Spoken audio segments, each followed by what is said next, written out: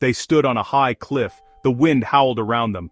It was a cold, sharp sound. A man from the tribe stepped forward. He had weathered skin, his eyes were calm. He held out his hand, palm up. A visitor placed a small, smooth rock in it. The man smiled.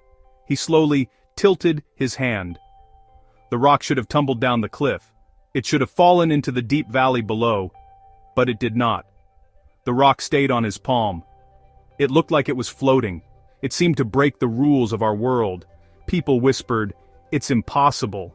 The story spread like wildfire. High in the remote mountain ranges, nestled among the clouds, lives a tribe whose existence seems woven from the very fabric of the sky itself. Their home is a breathtaking world of weathered stone and endless sky, a place where the air is thin and the horizon stretches into infinity.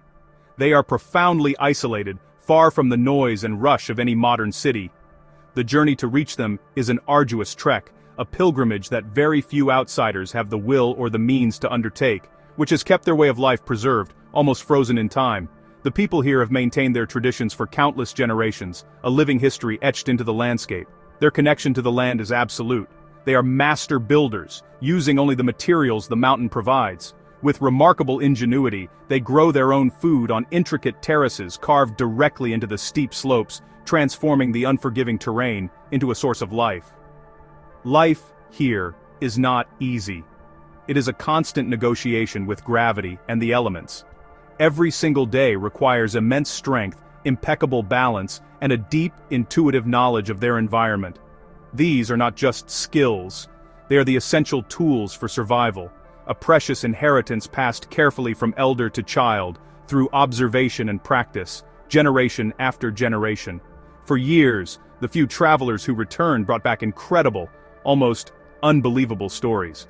They spoke of children moving with unnerving confidence along razor-thin ledges, and of women spinning massive, heavy stone wheels with an ease that defied logic.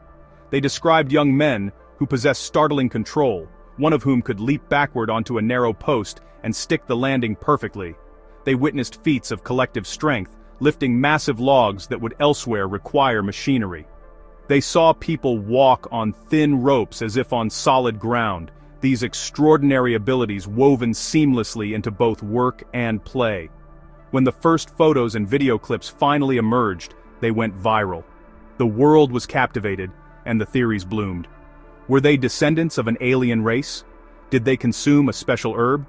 Did they have a different bone structure? The mystery deepened, and the legend of the Sky Dwellers grew. The stories became a powerful myth, a way to explain what we do not understand. Myths can be fun, exciting, magical. The myth of the impossible tribe suggested science had met its match. It made people feel like mysteries still waited in the world. We trust our eyes. We see a rock not falling. The brain says impossible. Short videos and specific angles hide tiny details, which is more fun to share. A magic tribe or clever balance and tools. The magical story spreads faster. Each share adds a detail. Soon, the legend drifts from truth. Isolation helped it grow. Few scientists visited. Without answers, fantasy filled the void. A perfect myth, beautiful and captivating, while hiding the real truth. Let's look closer. To find the truth, we must become detectives. We must look closer, challenge our initial impressions, and ask the right questions. Every detail, no matter how small, holds a potential clue. What we see at first glance is rarely the whole story, especially when it's presented to us through a lens.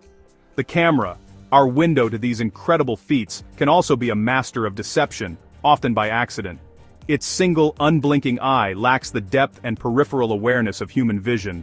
Because of this, angles change everything. A low angle, shooting up from the ground, dramatically exaggerates height and makes any jump seem more perilous. A carefully chosen angle can also cleverly hide a safety wire or a hidden support. This is the art of forced perspective. Filmmakers and photographers master this technique, manipulating our brain's understanding of scale to make distant objects appear to interact with near ones. Then, there's the magic of editing. A clip can be slowed to create a sense of superhuman grace, sped up to imply impossible quickness, or trimmed by just a few frames, subtly changing how we interpret an action. That split-second assist from a helper, Or, the moment an athlete resets their balance, can be rendered completely invisible in a quickly cut or choppy clip. We only ever see the final result, not the intricate setup. The most important question is often, what is the frame deliberately excluding? Just outside the camera's narrow window, hidden safety equipment, spotters, or prepared surfaces can fundamentally change the risk and effort involved. Like a stage magician, a good performer knows how to direct our attention, drawing our eyes away from the secret action that makes the trick possible. As outsiders looking in, we can't know the properties of the objects we see. A heavy rock could be lightweight pumice. A massive log could be a hollow prop. Expert crafts and careful preparation can hide immense complexity in plain sight. To truly understand, we must learn to question our own assumptions. The tribe's abilities are not magic. They are the result of practice, lifelong practice. From childhood they walk uneven ground, climb rock, and carry loads uphill. Their muscles, tendons, and nervous systems adapt in ways ours do not. Like a dancer on point, impossible made possible by thousands of hours. Balance is key. Inner ears, eyes, proprioceptors working together. Practice owns tiny automatic corrections that keep you upright. Daily beam walking beats flat pavement for developing balance. Strength is also technique. Biomechanics, leverage, whole body coordination. Use the legs, keep the spine safe. Smart strength, not superhuman. They position perfectly, use leverage, and move as one efficient system. Practice rewires brain to muscle connections. They are humans pushed in a specific direction by their environment. Now, back to the cliff. Back to the man with the rock.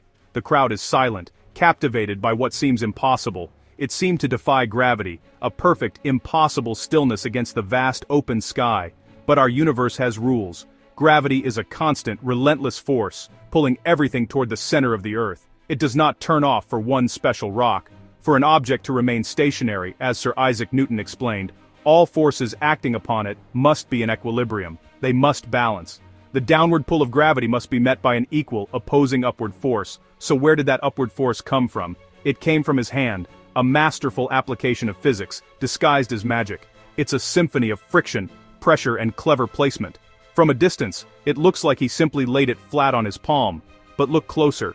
His fingers are slightly curled, his thumb pressed against the side. He has created a hidden cradle. The fleshy pad of the palm and the bases of his fingers provide the primary support points. It's a technique not unlike holding a pen, an incredibly advanced version, requiring immense sensitivity. Through years of practice, he intimately knows the stone's unique shape, its density, and its weight. He instinctively places its center of gravity precisely where the texture of his skin can provide the maximum frictional grip. But the stability doesn't end with his hand. He has turned his entire body into a stable platform. His breathing is slow and controlled, his core engaged, because the slightest tremor could break the spell and send the stone tumbling. The rock was not floating. It was being held with a lifetime of discipline, a deep connection to his craft, and a skill so practiced and refined that it appears indistinguishable from magic to the untrained eye. It's a testament to human potential.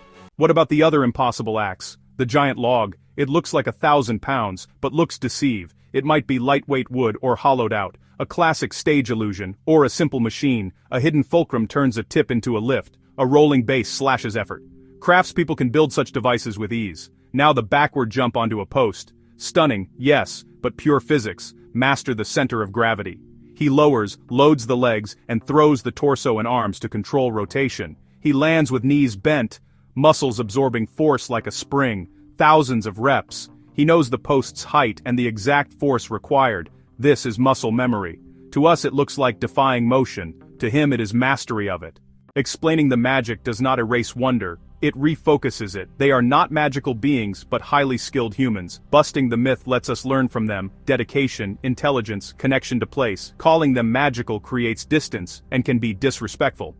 Understanding the science gives a deeper awe of body, knowledge, and clever illusion. Be skeptical in the best way. What am I not seeing? Is the angle hiding something? Is the object what it seems? Is this just expert practice? Science does not destroy mystery, it solves it. They do not break physics, they master it. Real skills, deep knowledge, lifelong practice. Our illusion comes from our inexperience. We live on flat floors, elevators, in cars, not on ledges and load paths. Let's go back one last time. The man stands there, the rock is on his hand, the crowd is silent. Now we see differently, the subtle curl, the incredible stillness, the deep concentration. We see a culture that values skill and its bond with the natural world. The moment is still powerful. But now, the gasp is appreciation. Across the world, skill astonishes. A chef's blur, a violin's voice, a scientist's insight. None break reality. The tribe is no different. Their stage is a cliff. Their tools are rocks and logs. Their performance, human ability. Physics is the same for all. Knowing rules isn't mastery. Using them with art is. They show the outer limits of what is humanly possible. Human potential is the greatest wonder of all.